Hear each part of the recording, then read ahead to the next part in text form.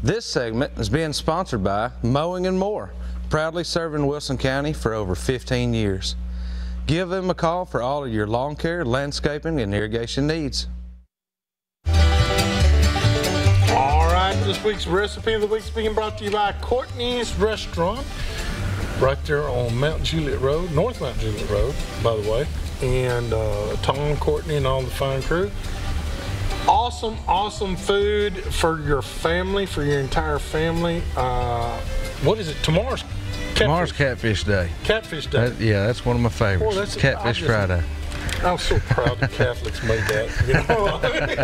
I love Catfish Friday. And then you go in there Saturday and get you some ribs. All you can eat? All you can eat.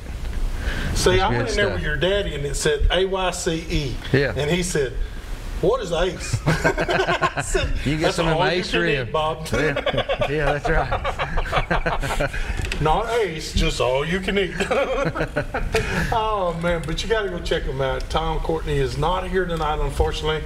I believe there's some family stuff going on. But, there was. He had to kind of cancel there at the last minute. And He hated to do that, but family's first. Family's first, and that's what we say in our book. And till then, I mean, besides that, we still got some great subjects to talk about here. We'll talk some more archery, a little deer hunt. hunt. I'm gonna tell you, this is one of my favorite deals in the whole wide world. Another thing, and you guys can stop me because we're all hearing about guys taking, 80-yard shots, open field, 90-yard shots. And while there is some out there that can do that, I'm not taking away from them. They can. It's not really ethical. No. I like to say if you can consistently hit 50 and 60 yards in your known range, I mean, like you've got a target set out there, and if you can do that, cut it in half. When you're in the deep woods and in the hardwoods and you got cedars and pine and all that around you and brush, cut that in half. I'm not going to shoot past 30. I'm not going to shoot past 35. Make a deal with yourself. I'm not going to shoot past 40, even in open woods. I promise you, sometimes it's tough. Sometimes you go, "Oh, Lee, I just 5 more yards I could have had." But let me tell you something. That deer will live to be hunted again another day. Yeah, I had that very situation this past season. I mean, I know I told you about it, but I had the buck that I'd watched all summer. He was feeding in front of me. He was 53 yards.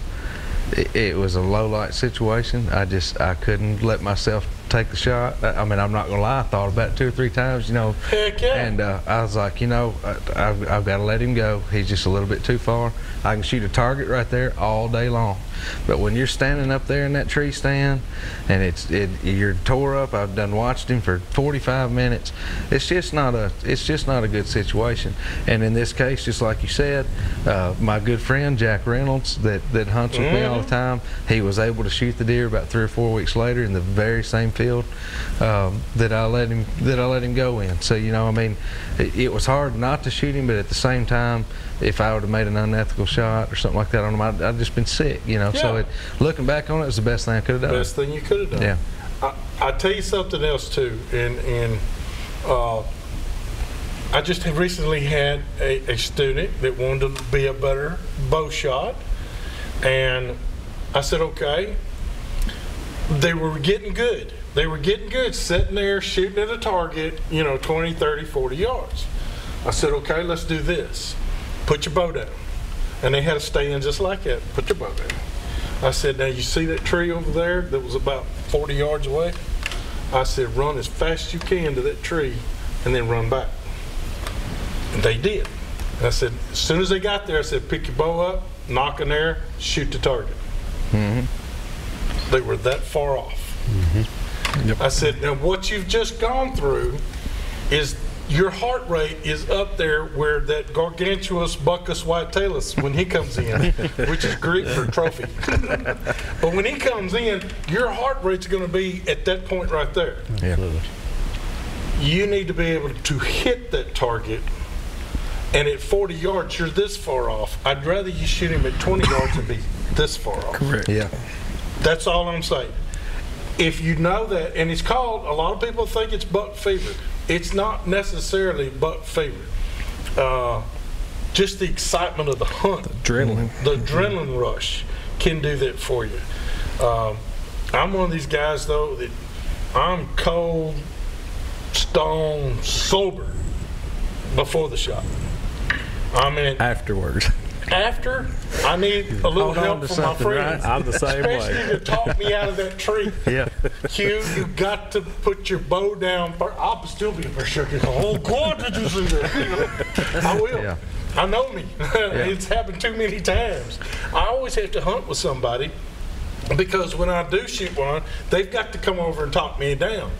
And it's just, I've got that adrenaline rush after the shot.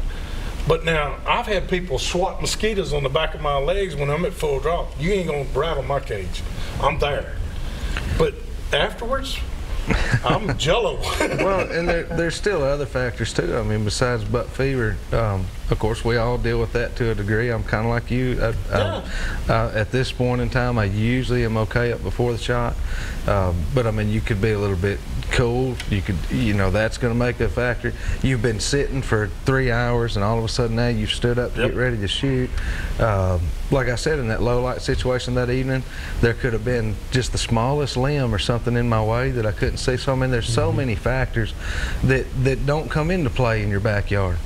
And so that's why too that it's more important to kind of get that distance, like you say, that this is going to be my distance, and that's kind of what you need to stick with. And you need to practice, and I'm sure these guys would agree, but you need to practice beyond that distance. Exactly. And because if you'll shoot it 60 yards all afternoon, and this is what I'll typically do, and then take a couple arrows, and when you're walking back, shoot one at 40, and shoot one at 30, and shoot one at 20, and you'll be amazed at how easy that 20 and 30 yard especially shot seems when you've been shooting 60 all afternoon. That's right. And so that, that all factors in. I want to tell you one other thing. A good friend of mine, and has been on the show several times with me, Bobby Cothran.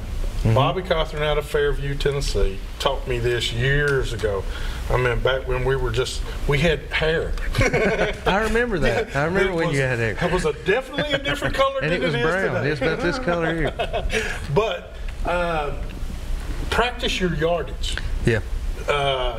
Bobby taught me that he takes 10 trees in his backyard, and he'll go stand somewhere else. And he takes his rangefinders, and he guesses the yardage. And out of 10, if he misses it by a total of 5 yards, he will redo it. But he doesn't go in the house till he's got it under 5 yards on 10 different variations. Try that. It will make you a better yardage judger. When you get to look at the ground and the trees and then stuff like that, and try that, it will make you a better shooter. All right, we've got to do our contest. We're going to have some what? Tonight, what we've got is we've got another Axe Out Odor giveaway. Mr. Sean Tyson, hey, he sent us some stuff the other day, said get this out to some viewers, and yeah, it is just the right time. It's the right time. So tonight what I've got 1 bottle of the Axe Out Odor clothing wash and 1 bottle of the field spray. All right. And so be the 5th caller, 737-7767, and I'll get you hooked up. And we'll be right back with our calendar of the week in just a moment.